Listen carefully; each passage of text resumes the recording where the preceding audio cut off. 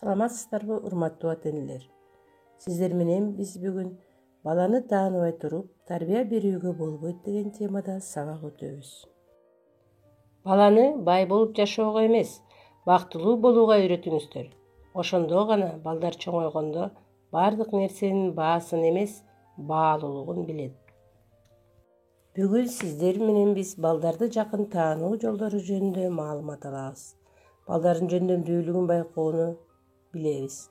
Баланын ийгиликке жетишүүсүнө, ийгиликти багындыруусуна таасир этүүнү үйрөнөбүз. Эч бир бала башка балдарга окшош эмес. Жааган жамгырдын тамчылары бири-бирине окшош болсо, ал эми балдар бири-бирине эч качан окшош боло албайт. Булар бир тууган болгон күндө да ар биринин мүнөзү, кыялы ар башкача. Балдардын мүнөздөрүнө өз-өзүнчө маани берилбесе, алардын ар биринин табигый жүрүм-турумундагы айырмачылыкты тааныбай туруп, бала тарбиясына жалпыланган мамиле жасалса, анда уядан шумкар болуп чыгуучу бир канча убакыт өтүп коркок каргага айлануу коркунучу пайда болот. Ушул темага байланыштуу бүгүн сиздерге шумкар коркок каргага кантип айланды деген икаяны айтып бергим келет. Жаралуу бир шумкар карыган аялдын бакчасына конду. Карыган аял жүдөгөн кушка боору ооруп, мээрим төгүп багууга алды.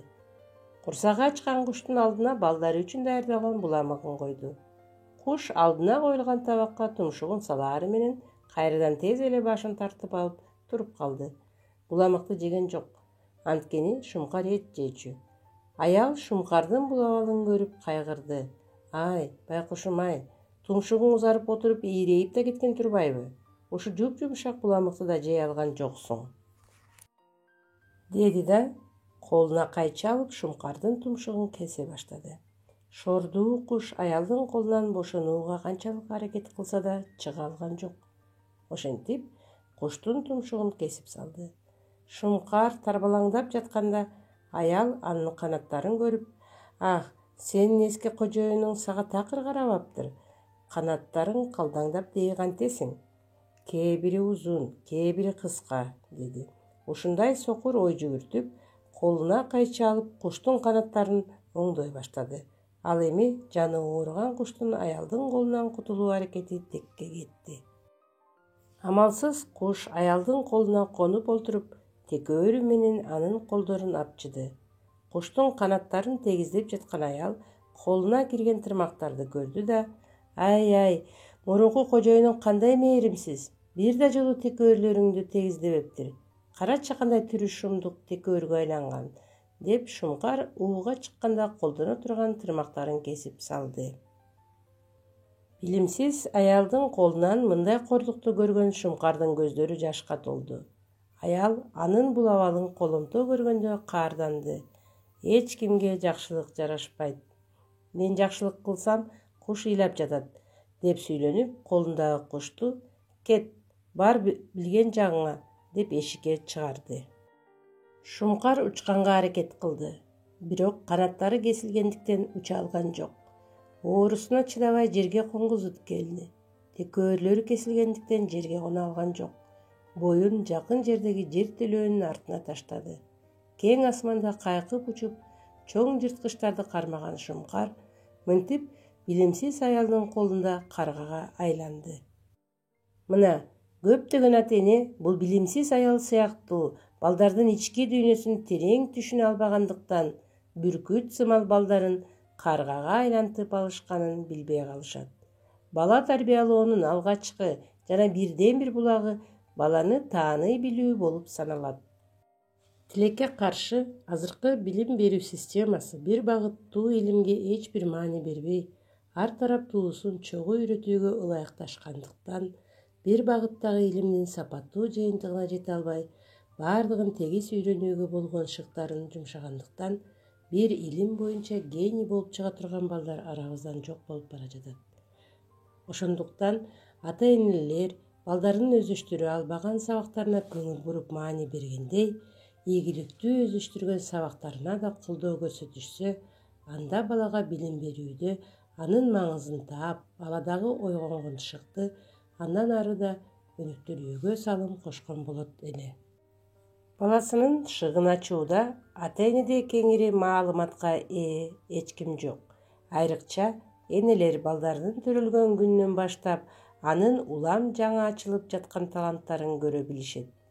Балдарынын бул жөндөмдүүлүктөрүнө жөнү жок жерден кайгырып, аны жаап салбастан, баладагы болгон шыкты андан ары карай өстүрүүгө болгон аракеттерин жасоолору керек. Бардык эле ата-эненин ниети жакшы эмеспи? Балдарынын келечегинин туура калыптанышын каалайт. Бирок жакшы ниет ар дайым эле жакшы натыйжа бербейт. Жогорудагы мисалдагы аял да жакшы ниетте болчу. Бакчасына конгон куштун канаттарын, тырмактарын, тумшугун жакшы ниет менен кескен болчу. Бирок байкуш шумкар ниети жакшы, бирок билимсиз аялдын колунан кутула алган жок. Мына ошон үчүн ар бир ата-эне көңүл бура турган эң башкы нерсе эне курсагындагы баласынын психологиясына чоң маани берип, төрөлгөн күнүнөн баштап баласынын жөндөмдүүлүктөрүнө көңүл бурушу керек. Ата-энелерге кеңеш. Жүрүм-турумубузга, эмоциябызга көңүл буруу зарыл. Сиздин психоэмоционалдык абалыңыз балдарыңыздарга түздөн-түз таасир этет.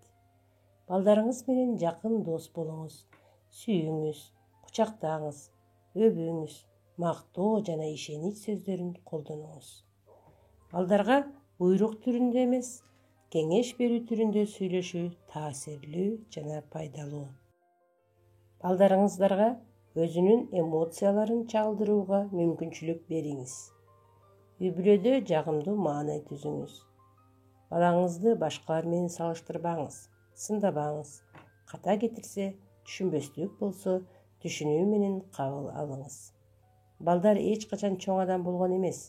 Сиз болсо балалыкты башыңыздан өткөргөнүңүздү эсиңизден чыгарбаңыз. Бүгүнкү күндө коомубузда болуп жаткан көрүнүштөрдү жөнгө салууда үй-бүлөнүн ролу эң чоң роль ойнойт. Балдарыбызга тарбия берүүдө алардын кызыкчылыктарын, жөндөмүн, баалуулуктарын эске алуу менен биз балдарды келечектеги ийгиликтүү инсан болуп калыптануусуна шарт түзүп берели. Ушу менен сабагыбыз аягына чыкты. Көңүл бурганыңыздарга чоң рахмат. Сак саламатта болуңуздар.